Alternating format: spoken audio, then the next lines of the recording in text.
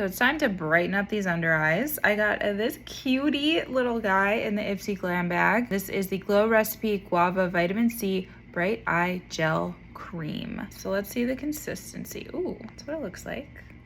Take these off. I don't know if I need like all of this, but doesn't really have a scent. Oh, that feels really good. Obviously, you can't really tell from the first time you use like a vitamin C eye brightening thing. It is something that happens over time. It does feel good and they do look moisturized, so I will report back on that after I've used it for a little bit longer.